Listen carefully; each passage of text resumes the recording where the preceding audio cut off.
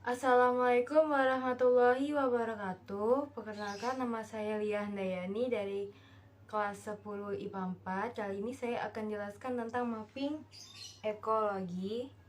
Jadi ini adalah bentukan mapping saya. Akan saya bacakan dari sini. Di sini ada namanya komponen ekosistem. Komponen tersusun atas komponen biotik dan abiotik. Komponen biotik meliputi semua makhluk hidup, sedangkan komponen abiotik meliputi semua yang tidak hidup. Ekologi adalah ilmu yang mempelajari hubungan saling ketergantungan atau hubungan timbal balik antara makhluk hidup dengan lingkungannya di dalam suatu ekosistem. Ekosistem adalah suatu sistem di mana terjadi hubungan atau interaksi saling ketergantungan antara komponen-komponen di dalamnya, baik komponen biotik maupun abiotik. Komponen biotik terdiri dari manusia, hewan, tumbuhan, dan mikroorganisme atau makhluk hidup. Berdasarkan peranannya, makhluk hidup dibedakan menjadi 4, yaitu ada produsen, konsumen, pengurai, dan detritivor. Pertama atau A, yaitu ada produsen. Produsen mencakup semua organisme makhluk hidup. Autotrof, yaitu makhluk hidup yang mampu mengolah zat anorganik menjadi zat organik yang diperlukan untuk kelangsungan hidupnya, misalnya tumbuhan hijau. B. Konsumen. Selain organisme autotrof, ada juga yang disebut sebagai organisme heterotrof.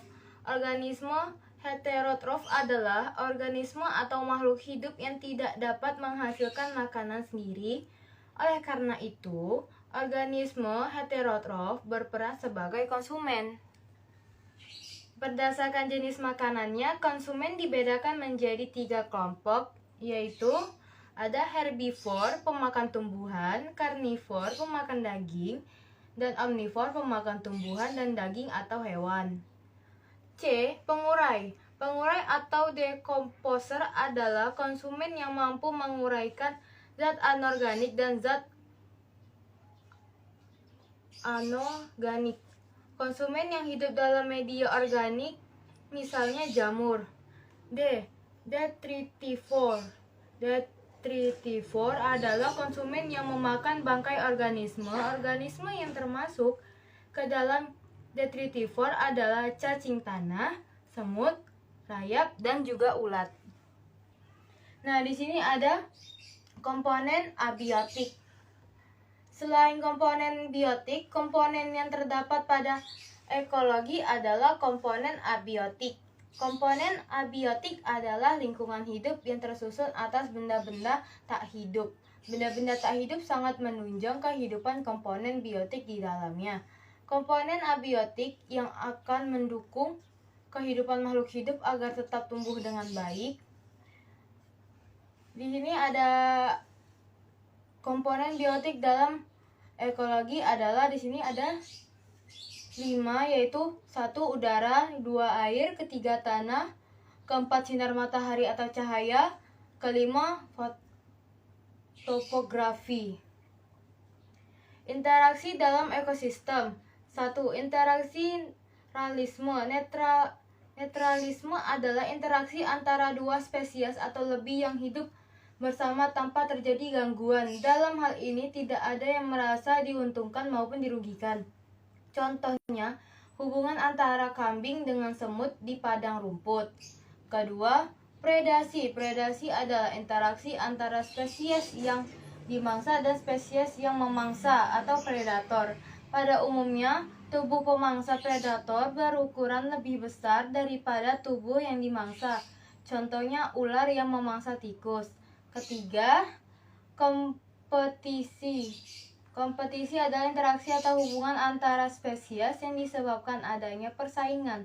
Persaingan tersebut berupa persaingan untuk mendapatkan makanan, tempat hidup, maupun pasangan. Contohnya, tanaman jagung dan rumput yang sama-sama tumbuh di ladang. Keempat, Amensalisme. Amensalisme adalah interaksi antar spesies yang satu menghambat kerja spesies yang lain. Contohnya, jamur penicillium yang menghambat pertumbuhan bakteri. Kelima, simbiosis. Simbiosis adalah interaksi antar spesies yang